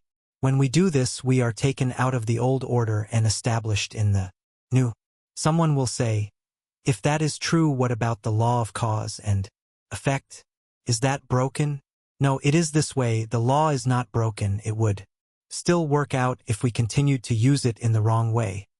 But when we reverse the cause, that is, think and act in a different way, then we have changed the flow of the law. It is still the same law, but we have changed its flow so that instead of limiting us and punishing us, it frees and blesses. It is still the law, but we have changed our attitude toward it. We might throw a ball at the window, and if nothing stopped it, it would break the glass. Here is law in motion. But if someone catches the ball before it reaches the window, the glass will not be broken. Neither the glass nor the law will be broken. The flow of law will be changed, that is all. So can we, no matter what has happened in the past so transcend the old experience that it will no longer have any effect upon us. So if we have attracted something that is not best to keep, we will remember that we do not have to keep it. It was the best that we knew at the time, and so was good as far as it went, but now we know more and can do better. As law works without variation, so does the law of attraction work the same way. All that we have to do is to drop the undesired thing from our thought, forgive ourselves, and start anew. We must never even think of it again. Let go of it once and for all. Our various experiences will teach us more and more to try to mold all of our thoughts and desires so that they will be in line with the fundamental purpose of the great mind, the expression of that which is perfect. To fear to make conscious use of the law would be to paralyze all efforts of progress. More and more will we come to see that a great cosmic plan is being worked out, and that all we have to do is to lend ourselves to it, in order that we may attain unto a real degree of life. As we do subject our thought to the greater purposes, we are correspondingly blessed, because we are working more in line with the Father who from the beginning knew the end. We should never lose sight of the fact that we are each given the individual right to use the law, and that we cannot escape from using it. Let us, then, go forward with the belief that a greater power is working through us, that all law is a law of good, that we have planted our seed of thought in the mind of the Absolute, and that we can go our way rejoicing in the divine privilege of working with the infinite, understanding and misunderstanding, directing sensitiveness into channels of usefulness. B. Destructive thinking. C. Attaining through love. D. Use of the golden rule. There are many persons who are constantly unhappy because they seem always to be misunderstood. They find it hard to use the law of attraction in an affirmative way, and they keep on drawing to themselves experiences which they would rather have avoided. The trouble with them is that there is always an undercurrent of thought which either neutralizes or destroys whatever helpful thoughts they have set in motion in their moments of greater strength. Such persons are usually very sensitive, and while this is a quality which is most creative when under control, it is most destructive when uncontrolled, because it is most chaotic. They should first come to know the law and see how it works, and then treat themselves to overcome all sensitiveness. They should realize that everyone in the world is a friend, and prove this by never saying anything unkind to anyone or about anyone. They must, within themselves, see all people as perfect beings made in the divine image, and seeing nothing else, they will in time be able to say that this is also the way that all people see them. Holding this as the law of their lives, they will destroy all negative thought, and then, with that power, which is always in a sensitive person, but which is now under control, they will find that life is theirs to do with as they please, the only requirement being that, as they sow, so must they also reap. We all know that anything that is unlike good is of short duration, but anything that embodies the good is like God, ever-present and eternal. We free ourselves through the same law under which we first bound ourselves. The ordinary individual unknowingly does something that destroys any possibility of getting good results in the demonstration of prosperity. He affirms his good and makes his unity with it, and this is right, but he does not stop looking at it in others, which is wrong and is the cause of confusion. We cannot affirm a principle and deny it in the same breath. We must become what we want, and we will never be able to do that while we still persist in seeing what we do not want, no matter where we see it. We cannot believe that something is possible for us without also believing the same for every individual. One of the ways of attainment is, of a necessity, the way of universal love, coming to see all as the true sons of God, one with the infinite mind. This is no mere sentiment, but the clear statement of a fundamental law, and that man who does not obey it is opposing the very thing that brought him into expression. It is true that through mental means alone He may bring to himself things, and he may hold them as long as the will lasts. This is the ordinary way, but we want more than compelling things to appear. What we want is that things should gravitate to us because we are employing the same law that God uses. When we so attain this attitude of mind, then that which is brought into manifestation will never be lost, for it will be as eternal as the law of God and cannot be destroyed forever. It is a comfort to know that we do not have to make things happen, but that the law of divine love is all that we will ever need. It will relieve the overworked brain and the fagged muscle just to be still and know that we are one with the all in all. How can we enter in if at one and the same time we are believing for ourselves and beholding the beam in our brother's eye? Does that not obstruct the view and pervert our own natures? We must see only the good and let nothing else enter into our minds. Universal love to all people and to all things is but returning love to the source of all love, to Him who creates all in love and holds all in divine care. The sun shines on all alike. Shall we separate and divide where God has so carefully united? We are dividing our own things when we do this, and sooner or later the law of absolute justice that weighs out to each one his just measure will balance the account, and then we shall be obliged to suffer for the mistakes we have made. God does not bring this agony on us, but we have imposed it on ourselves.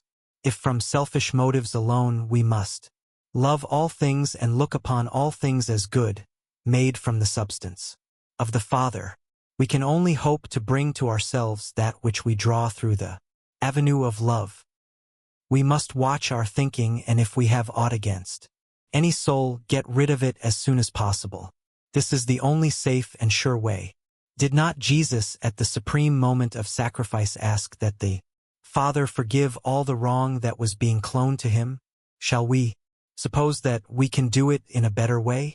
If we do not at the present time love all people, then we must learn how to do it, and the way will become easier when all condemnation is gone forever and we behold only good. God is good and God is love. More than this we cannot ask, nor conceive. Another thing that we must eliminate is talking about limitation. We must not even think of it or read about it or have any connection with it in any of our thinking, for we get only that which we think, no more and no less. This will be a hard thing to do, but if we remember that we are working out the science of being, though it may seem long and hard at times, we sooner or later do it, and once done it is done forever. Every step in advance is an eternal step, and will never have to be taken again. We are not building for a day or a year, but we are building for all time, and for eternity. So we will build the more stately mansion under the supreme wisdom and the unfailing guidance of the Spirit, and we will do unto all even as we would have them do unto us. There is no other way. The wise will listen, look and learn, then follow what they know to be the only way that is in line with the divine will and purposes. So shall all see that God is good and in Him is no evil. We should definitely work every day for the expansion of thought. If we have 50 customers a day, we should endeavor to believe that we have 60. When we have 60, we should mentally see 70. This should never stop. There is no stopping place in mind. Let go of everything else, drop everything else from your thought, and mentally see more coming to you than has ever come before. Believe that mind is establishing this unto you, and then go about your business in the regular way. Never see the limitation. Never dwell upon it, and above all things else, never talk limitation to anyone. This is the only way, and there is no other way to grow a larger thought. The man with the big thought is always the man who does big things in life. Get hold of the biggest thing that you can think of and claim it for your own. Mentally see it and hold it as a thing already done, and you will prove to yourself that life is without bounds. Always be gathering. There is no reason why a person should ever stop. This does not mean that we should be miserly, trying to accumulate more and more to hold, but that our thought should so enlarge that it cannot help gathering more and more, even though, on the other hand, or with the other hand, we are ever distributing that which we gather. Indeed, the only reason for having is that we may give out of that which we have. No matter what big thing happens to us, we should still be expecting more and more, even when we think that we have at last arrived. Right at the moment when it seems as though life had given us all that we could stand. Right here, let it be but a beginning for still greater things. No matter how large the picture that you hold in mind, make it larger. The reason why so many people come to the point where they stop is that they come to a point where they stop growing in their own minds. They come to a point where they can see no more, thinking that because they have really done a big thing they should stop there.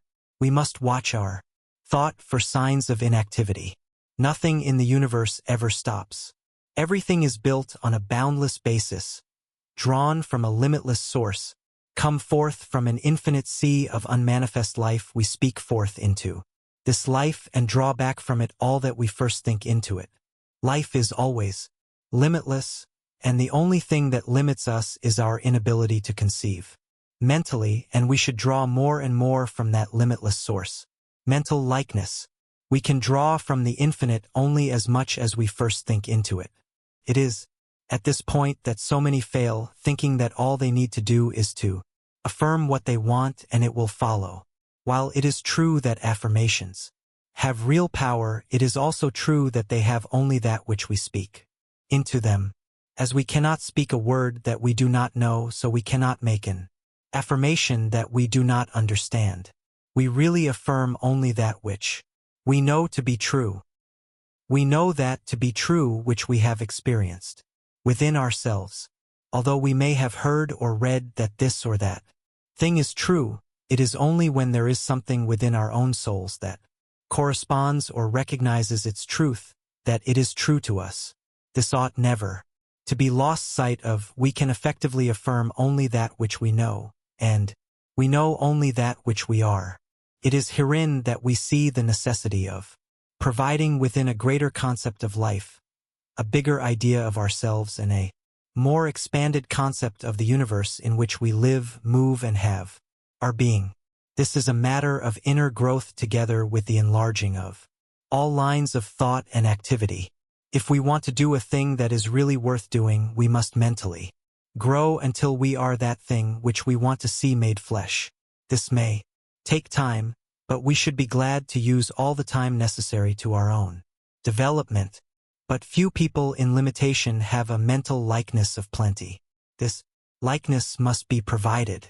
The thought must be large enough to cover the whole of the thing desired. A small thought will produce only a small thing. The very fact that all is mind proves this to be true. All is mind, and because it is, we can draw from that mind only that which we first think into it as a reality. We must become the thing we want. We must see it, think it, realize it before the creative power of mind can work it out for us. This is an inner process of the expansion of consciousness. Is a thought growing and realizing within. All can do this who wish and who will take the time and trouble, but it will mean work. The majority of people are too lazy to make the effort.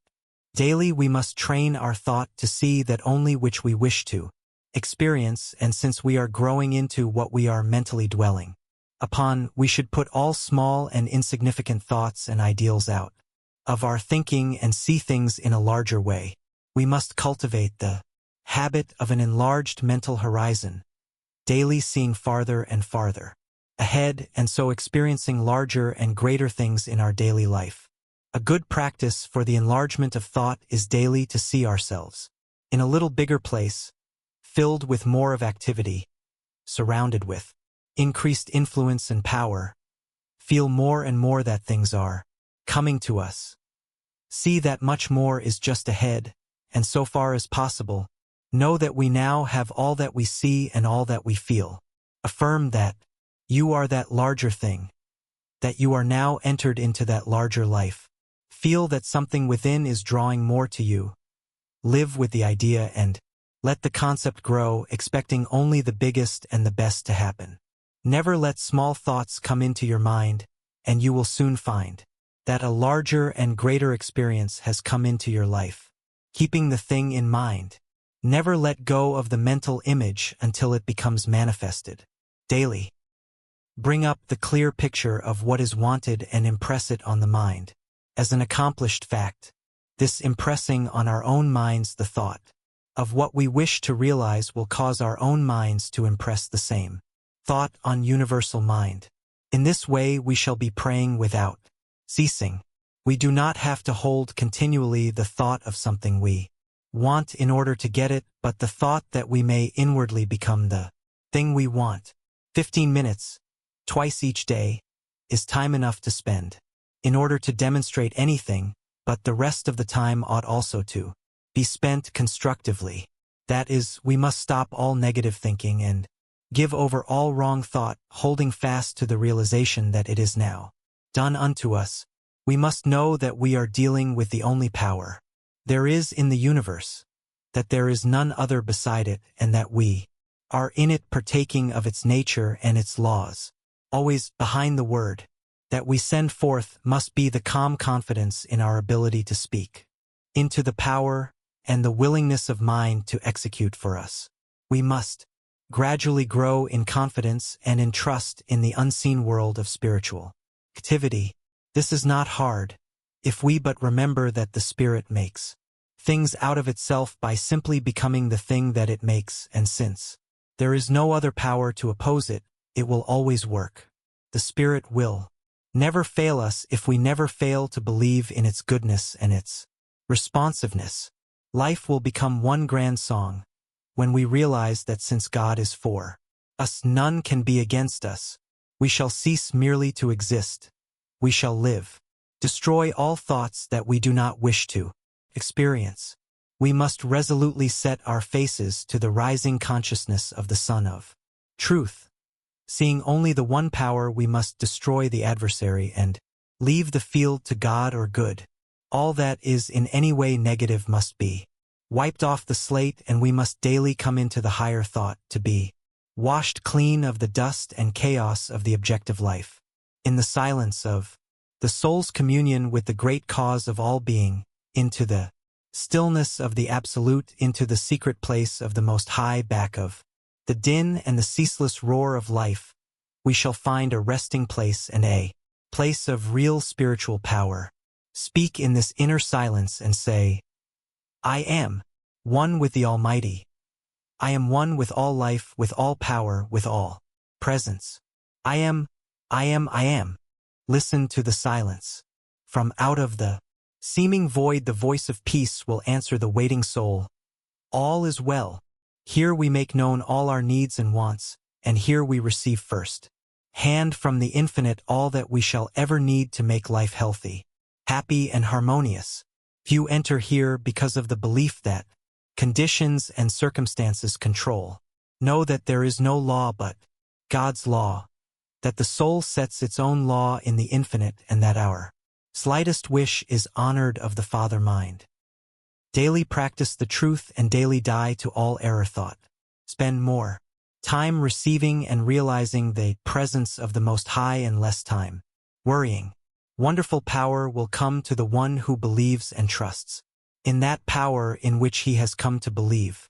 Know that all good and all God is with you, all life and all power, and never again say, I fear, but always, I trust, because I know in whom I have believed.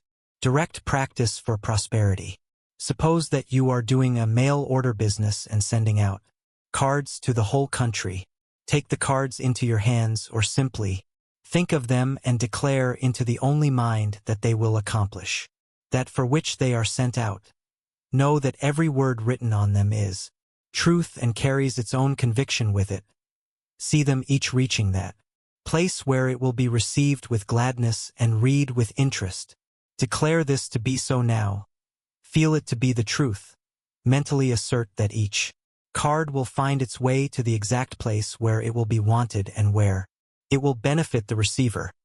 Feel that each card is cared for by the Spirit, that it is a messenger of truth and power, and that it will carry conviction and realization with it.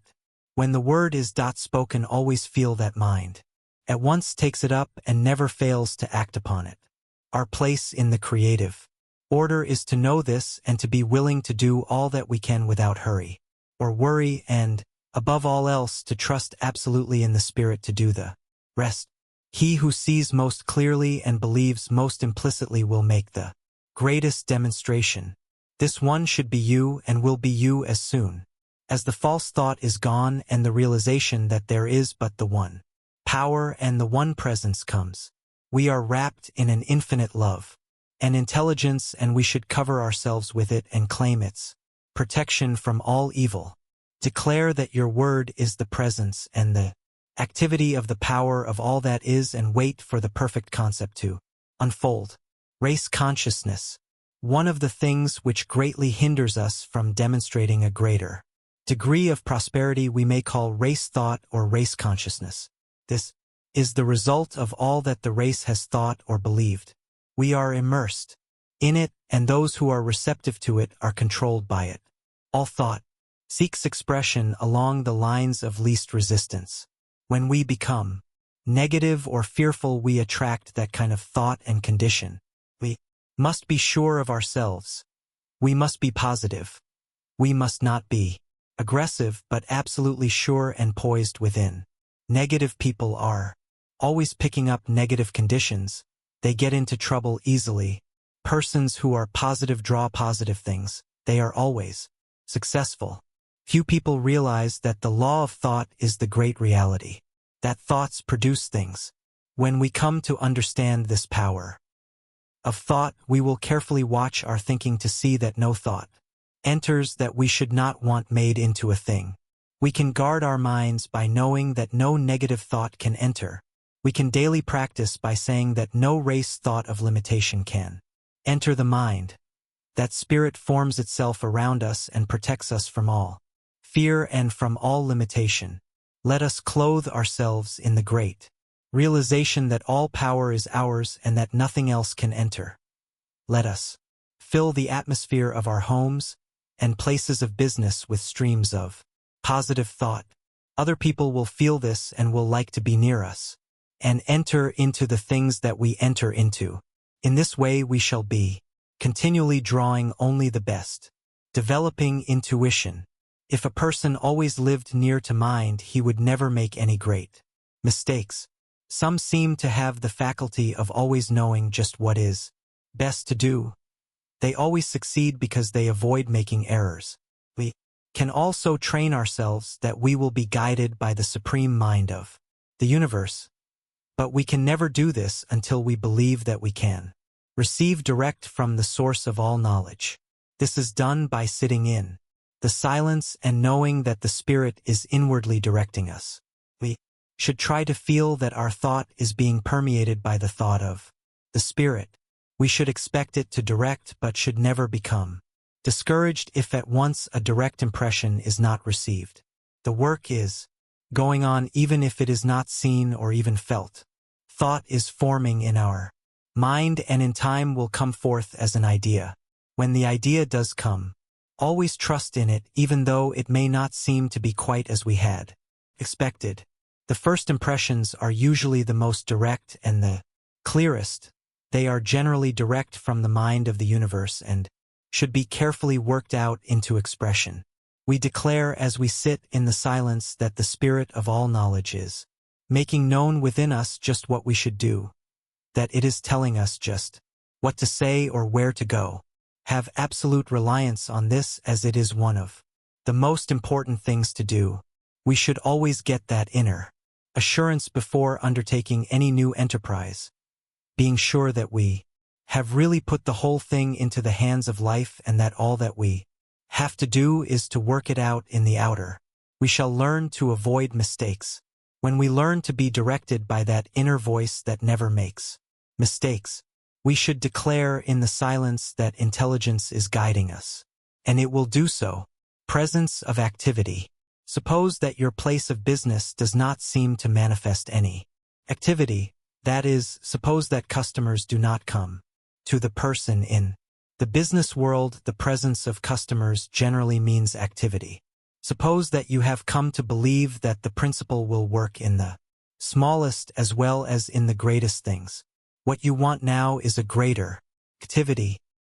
How are you going to see activity when there is none? Here is a great question in truth. Must we overlook that which we see, and that which we have experienced? Yes, absolutely. There is no other way. If we keep on seeing the thing as it appears, we will never be able to change its appearance.